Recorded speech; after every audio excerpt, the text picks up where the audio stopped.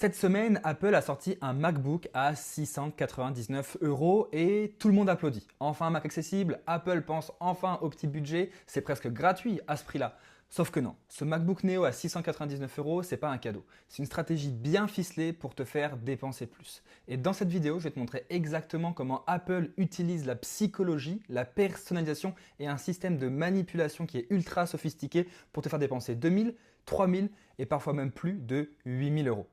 Alors pour vraiment comprendre ce qui se passe, il faut d'abord regarder ce que Apple a fait cette semaine. En l'espace de 3 jours, ils ont vraiment tout renouvelé. Lundi, ils sortent le nouvel iPhone 17e avec l'iPad Air. Mercredi, ils dévoilent les MacBook Air M5 et les MacBook Pro avec les puces M5 Pro et M5 Max. Le MacBook Pro 14 pouces M5 Pro commence à 2499 €. Le 16 pouces, on est aux alentours des 2999 €. Et si tu veux le M5 Max en 16 pouces, c'est au minimum 4499 € et la version full option, on est à plus de 8000 €. Et jeudi, en grand final, ils ont sorti le MacBook Neo, le Mac le moins cher de l'histoire à 699 € avec une puce d'iPhone, 8 Go de RAM, 256 Go de stockage en SSD et un écran 13 pouces. Et là, tu te dis, cool, enfin un Mac pour tout le monde, pour toutes les bourses. Mais si tu crois qu'Apple sort un Mac à 699 € par générosité, il faut qu'on parle. Parce que le MacBook Neo, c'est pas juste un produit, c'est vraiment une porte d'entrée. Jusqu'à maintenant, le Mac le moins cher, c'était un MacBook Air à 1099 €. Donc pour un étudiant, pour quelqu'un qui veut juste un bon ordi portable, c'était cher. Beaucoup de gens du coup allaient chez Windows, allaient chez d'autres concurrents parce qu'ils pouvaient avoir un truc correct à 400, 500 € et Apple du coup perdait ces clients-là. Pas parce qu'ils n'étaient pas intéressés par Mac, mais parce que le prix d'entrée était beaucoup trop. Là, le MacBook Neo, c'est Apple qui dit viens. Goûte, c'est que 699 €, sauf qu'une fois que tu es dans l'écosystème Apple, tu n'en sors plus et c'est exactement là que commence toute la manipulation. Parce qu'il y a un truc que Apple fait mieux que n'importe quelle autre entreprise tech sur la planète, ils ne te vendent pas un produit, ils te vendent toi. Et je vais t'expliquer comment parce que c'est fascinant et un peu flippant en même temps. Ça s'appelle l'Identity-Based Consumption, la consommation basée sur l'identité et Apple en a fait tout un art. Quand tu achètes une Apple Watch, tu choisis ton boîtier, tu choisis ton bracelet, tu choisis ta taille et tu peux personnaliser ton cadran. Quand tu achètes des AirPods, Apple te propose une petite gravure gratuite, un emoji, un texte, tu peux mettre ce que tu veux. Ton iPhone, c'est pareil, tu choisis ta couleur, tu ajoutes ta coque, tu organises tes apps et tu peux personnaliser tout ton écran de verrouillage, tes widgets, tes modes de concentration. Et même sur un Mac, tu peux faire graver maintenant un texte personnalisé. Et c'est pas juste cosmétique parce que le but, c'est que ton produit Apple devienne une extension de toi. Que quand tu regardes ton iPhone, tu vois pas un téléphone, tu vois ton téléphone, celui qui te ressemble, qui est agencé comme toi tu le veux, qui reflète vraiment ta personnalité. Et ça, ça change tout dans le processus de décision d'achat. Parce qu'un téléphone, tu peux le comparer avec un autre téléphone. Tu peux regarder les specs, tu peux regarder le prix et dire celui-là est moins cher donc je le prends. Mais ton téléphone, celui qui a gravé ton nom, configuré pour ta vie, qui a en fait toutes tes habitudes qui sont mémorisées, celui-là tu ne le remplaces pas, tu le mets à jour. Et mettre à jour, ça veut dire acheter le prochain modèle Apple.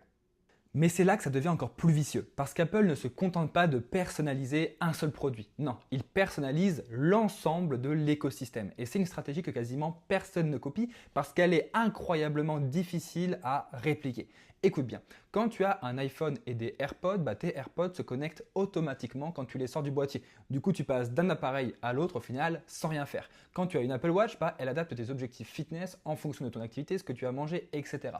Ton iPhone, il te suggère les apps et les contacts que tu utilises le plus au moment où tu en as besoin. Et le plus fou, par exemple, si tu es en train de travailler sur quelque chose sur ton iPhone, donc potentiellement sur tes notes, tu as juste à ouvrir ton Mac et tu peux reprendre exactement où tu en étais dans tes notes. Au final, chaque produit Apple apprend de toi, s'adapte à toi et communique avec les autres appareils. Résultat, ton expérience, elle est unique. Personne d'autre sur Terre n'a exactement la même configuration que toi et c'est impossible à reproduire si tu changes de marque. Si demain tu passes chez Samsung, tu perds tout ça. Tu perds la connexion automatique, tu perds la continuité entre tes appareils, tu perds les suggestions personnalisées et tu perds tes modes de concentration, tes cadrans et tes réglages. Donc tu repars vraiment de zéro. Et personne ne veut repartir de zéro. C'est ça le vrai lock-in d'Apple, c'est pas contractuel, c'est pas technique, c'est émotionnel et identitaire. Et maintenant, je vais te montrer un truc que 99% des gens ne remarquent même pas et ça va concerner le marketing d'Apple.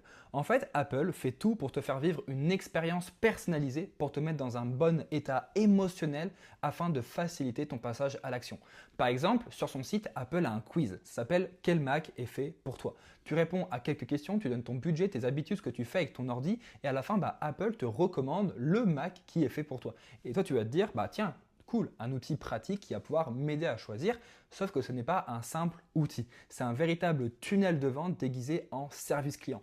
Parce que quand le quiz te dit, tiens, le MacBook Pro 14 pouces M5 Pro, il est fait pour toi, c'est le meilleur ordi pour toi, et tu ne te poses plus la question de est-ce que j'ai vraiment besoin d'un Mac à 2499 €? Non, tu te poses la question de est-ce que je le commande en argent ou en noir sidéral?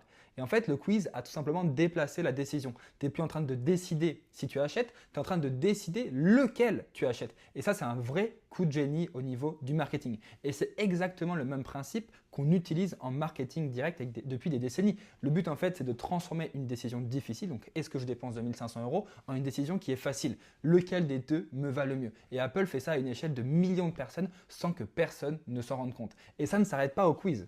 Parce qu'Apple ne fait presque jamais du marketing de masse, du genre une grosse pub à la télé qui dit achetez le nouveau Mac, achetez le nouvel iPhone. Non, Apple fait du marketing qui est personnalisé. Il t'envoie des emails personnalisés, donc votre nouveau Mac est prêt à être configuré. Il t'envoie des notifications via l'Apple Store. L'App Store te recommande des apps en fonction de ce que tu utilises. Apple Music te crée des playlists basées sur tes goûts. En fait, chaque point de contact avec Apple est vraiment calibré pour toi et le résultat c'est que tu as l'impression de ne pas recevoir de la pub. Tu as l'impression qu'Apple te connaît, qu'Apple te comprend et qu'Apple est là pour toi et c'est la différence entre un vendeur au final qui te hurle dessus dans la rue et un ami qui dit tiens j'ai pensé à toi quand j'ai vu ça. L'un tu le fuis, l'autre tu l'écoutes et tu passes beaucoup plus facilement à l'action. Et donc tout ce marketing au final permet de mettre le prospect dans une position d'achat, il a envie d'acheter et émotionnellement surtout il est prêt à acheter. Et le coup de grâce là-dessus, c'est le configurateur parce qu'une fois que tu es prêt à acheter, tu vas commencer à choisir ton modèle et Apple te laisse le personnaliser. Tu veux passer de 24 Go de RAM à 48 Go de RAM, tu peux. Tu veux passer de 1 Tera de stockage à 2 Tera de stockage, tu peux. Tu veux le vert nano-texturé sur l'écran, tu peux aussi. Et à chaque fois, le prix augmente de juste un petit peu. Chaque option individuellement, ça a l'air raisonnable. 200 € par-ci, 230 € par-là. Mais au total, tu passes d'un MacBook Pro à 2500 € à un MacBook Pro potentiellement à 8679 €. C'est le prix de la configuration maximale aujourd'hui du MacBook Pro avec la puce M5 Pro et en dimension 16 pouces. 8679 € juste pour un ordinateur portable. Et le pire, c'est que chaque personne qui arrive entre guillemets à ce prix-là va se dire « Ouais, mais j'ai besoin de cette configuration. C'est fait pour moi. » Parce qu'Apple leur a posé les bonnes questions via le quiz, via le configurateur, via toute l'expérience de personnalisation. Et quand tu crois que c'est ton choix, tu ne négocies plus, tu payes. Personnellement, je trouve que ce que fait Apple, c'est brillant et je ne dis pas ça de manière sarcastique. En fait, je trouve vraiment que c'est de l'ingénierie marketing au plus haut niveau. La qualité de leurs produits, elle est vraiment incroyable. L'écosystème fonctionne extrêmement bien et la personnalisation rend l'expérience encore meilleure. Et en fait, on se sent accompagné du point A au point B et émotionnellement, la chose la plus importante, c'est qu'on se sent compris. On se sent compris, on se sent considéré et on est loin de la vente agressive au final qu'on peut voir chez la plupart des concurrents d'Apple. Ce qui fait qu'au final, grâce à ce marketing de personnalisation, on a beaucoup plus confiance et derrière, on passe plus facilement à l'action car on le sait au fond de nous que ce MacBook, c'est le meilleur produit pour nous. Et tout ça combiné à leur stratégie avec le nouveau MacBook Neo à 699 € qui au final n'est pas la destination mais plutôt la première marche d'un escalier qui va nous mener à acheter des MacBooks à 2000, 3000, 4000 € et plus, ça fait qu'Apple performe très bien économiquement parlant et reste une entreprise qui est aimée par tout le monde. Et maintenant que tu le sais, tu peux faire un choix éclairé. Tu peux décider que oui, l'écosystème Apple vaut le prix, que la qualité, l'intégration, l'expérience justifie l'investissement, ou tu peux décider de ne pas te laisser porter par l'escalier et de t'arrêter à la marche qui correspond vraiment à tes besoins.